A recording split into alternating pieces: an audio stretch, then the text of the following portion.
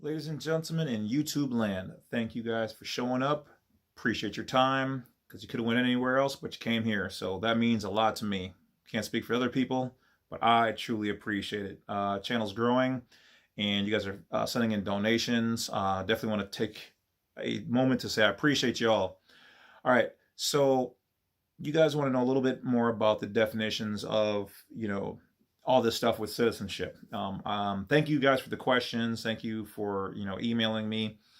All that information should be down below, email, all the other stuff. So, okay. So when you're born, all right, you are a national because you're born in that state. Each state basically is its own country. Okay, these are a whole bunch of countries, just like in the EU, who have come together and recognize each other, and but they're also considered states. States and countries are synonymous.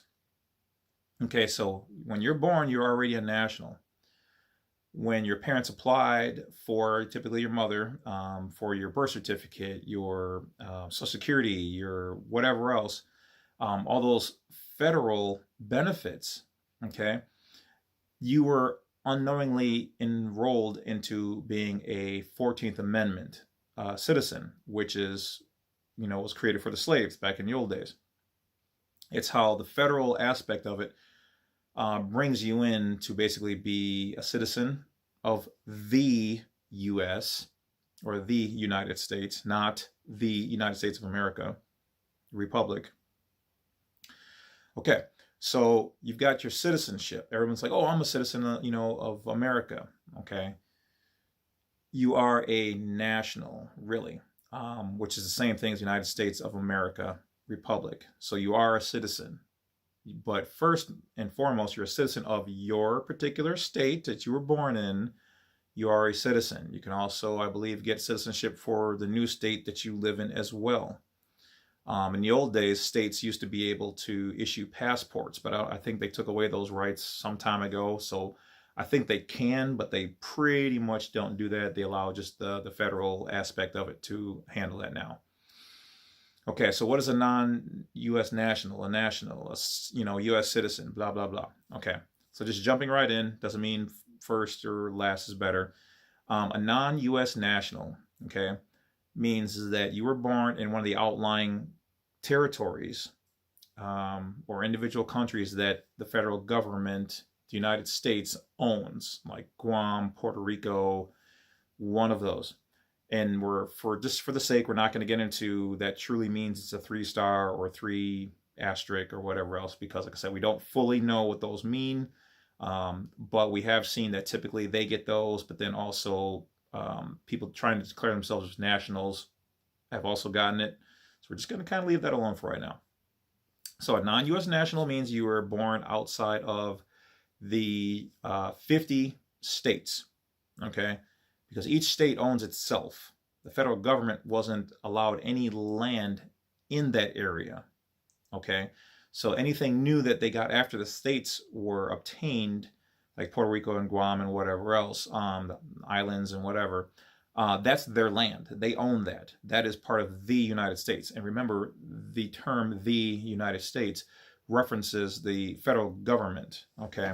So that's a non-U.S. national, okay? Because they're saying you're not within the, well, you're within their term of the United States. So imagine, just take the word the United States to mean a corporation, okay, like Starbucks, the Starbucks, okay? I know it's a little weird, but that's exactly what it is. So anybody born in the outlying islands and those areas are a non-U.S. national. A U.S. national means that, or also called a national, or national of the United States of America Republic, or state citizen. And also the IRS uses the term non-resident alien. It's how they refer to the same. So these are all the same. And that means you were born in your particular state and you have proof of that because of your birth certificate. I was born here. and that's by your God-given right within the continental United States. You are a national, okay, or a state citizen, or some people even want to throw in like sovereign American. Don't use that one. In the old cases and laws for common law, they would talk about, an American and being sovereign and kind of throw in sovereign-ish American. But don't use that. Cops hate that one. They hate that with a fiery passion because there is no book or passport or anything that claims sovereign American. And all it sounds like to them, remember, these people some of them are nice people and they're doing their jobs. And by code, remember, these people are all like, by code, okay? There's no anything that says sovereign American. They understand diplomat. A lot of them will understand state citizen, national, non-U.S. national. They know these terms, but officially there's no sovereign American. So don't get pulled over and claim I'm a sovereign American. It's just they don't understand it because in their world, remember, they're the ones with the guns. So just be cool. You're right, but you're using the wrong terminology. And I'm only saying this because I use the wrong terminology from watching other people's videos. And then had to find out for myself through friends and, family who are cops and stuff. Okay. So that's non-U.S. national. That's also national or U.S. national. I talked about that one. U.S. citizen. What is a U.S. citizen? Everyone's like, yeah, I'm a U.S. citizen. Yes, you are, because when you were born, your mom and father made the decision to enroll you into all of the benefits of the federal government. I.e. your Social Security, your birth certificate, any of those things, anything that's, federal.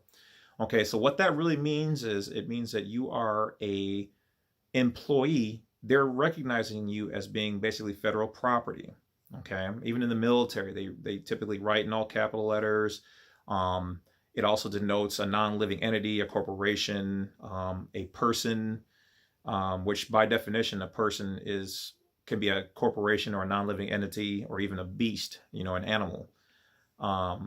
So because that's how they've defined those things. So a U.S. citizen is a 14th Amendment citizen, somebody who's been given privileges and benefits of being a federal employee or federal property, or in the old days it was a slave, because you got your number, and that's how you got your benefits. Okay. So those are the three off the top I can think of, and those three are recognized throughout the government system. So that's why if you look at your passport on the bottom, it will say, under perjury and penalty thereof, blah blah blah, I declare that I am a U.S. citizen. Okay, which, going back to that, it means a federal citizen, not what everybody just thinks of as a typical, I was born in America and I'm an American citizen. It's not what they're saying. Then it goes on to continue, it then says, or a non-U.S. national.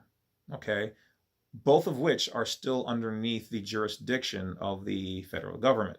Okay, that's just how it's written.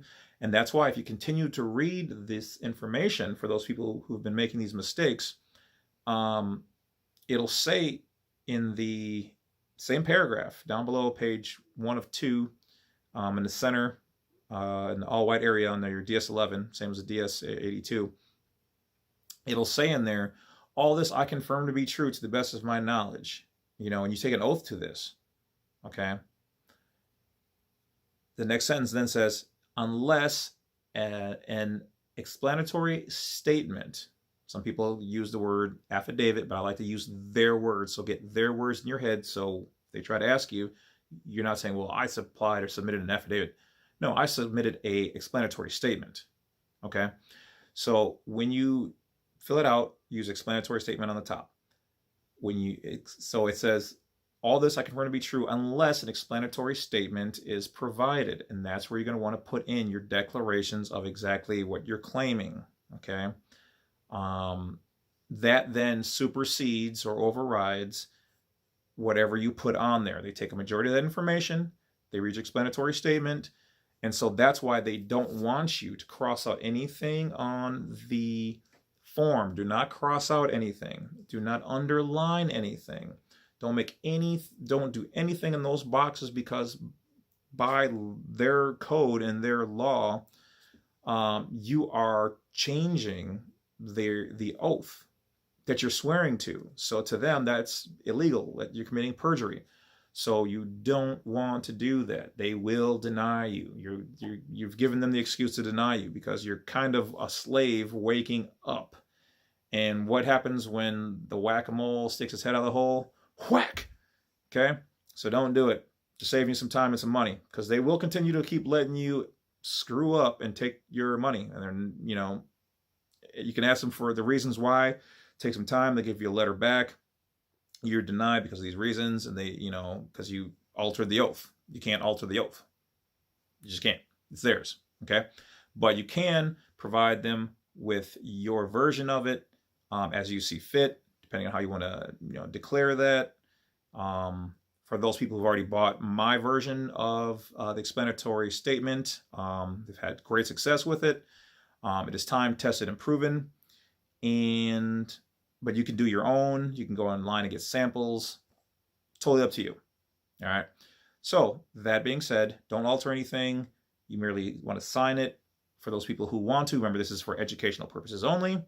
You can also put without prejudice, all rights reserved, or UCC 1-308 over your signature, but I would suggest waiting until you have signed your name and then do it. For some reason, people have done it the other way, have had postal people and whatever else not really want to accept it or give you a hard time. But then there's also other ways to submit your passport, which would be through like the courts.